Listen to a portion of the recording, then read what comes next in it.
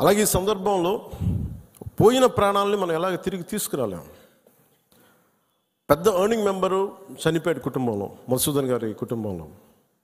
So మనందరి తరపున, మీ అందరి తరపున, పార్టీ తరపు నుంచి ఆయనకి ఒక 50 లక్షల రూపాయలు ఆయన కుటుంబానికి అందజేస్తున్నాం. అని నాకు ఎప్పుడు డబ్బులు అనౌన్స్ చేయడం ఇబ్బందిగా ఉంటుంది.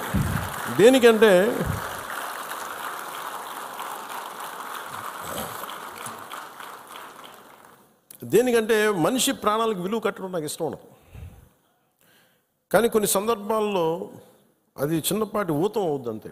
పిల్లల చదువులకు కావచ్చు, ఇంకోటి కావచ్చు. ఇవన్నీ కాకుండా మధుసూదన్ గారి కుటుంబానికి, వారి కుటుంబ సభ్యులందరికీ ఈ సందర్భంగా నేను ఒకటే విన్నవించుకుంటున్నాను. మీకు ఏ కష్టం వచ్చినా సరే మేము ఉన్నాం. మేము మీతో ఉన్నాం.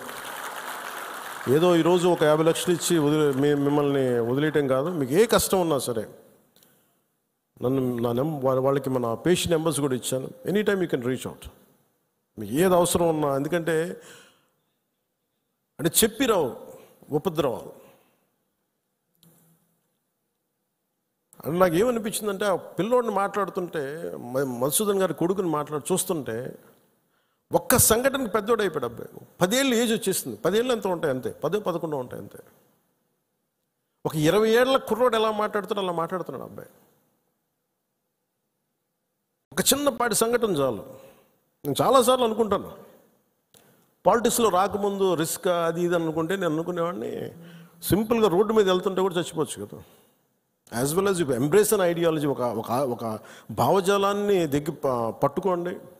దానికోసం చనిపోతే మంచిది కదా, ఉత్తి పుణ్యాన్ని చచ్చిపోవడం కంటే కూడా.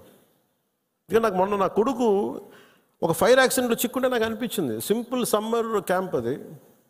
ఫైర్ యాక్సిడెంట్లో చిక్కుకుంటే పక్కన ఉన్న ఒక బిడ్డ చనిపోయింది.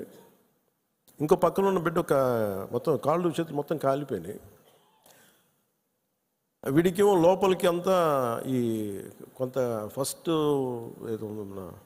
ఫస్ట్ డిగ్రీ జరిగినాయి బర్న్స్. తర్వాత లోపలికి సూట్ ఉంటుంది, గాలి పీల్చేయటం వల్ల ఆ పొగ. నా కొడుక్కే అర్ధరాత్రి పూట లేచి ఆ మేడపై నుంచి పడిపోతున్నట్టు కళ్ళు వస్తాయండి. సైకాలజిస్ట్ చూపిస్తున్నారు ఇప్పుడు. అలాంటిది మధుసూదన్ గారి పిల్లల్ని చనిపోయిన ఇన్ని కుటుంబాల తాలూకు మీరు వాళ్ళు ఆలోచించండి. వాళ్ళు పడుకుంటే నిద్ర పడద్దా?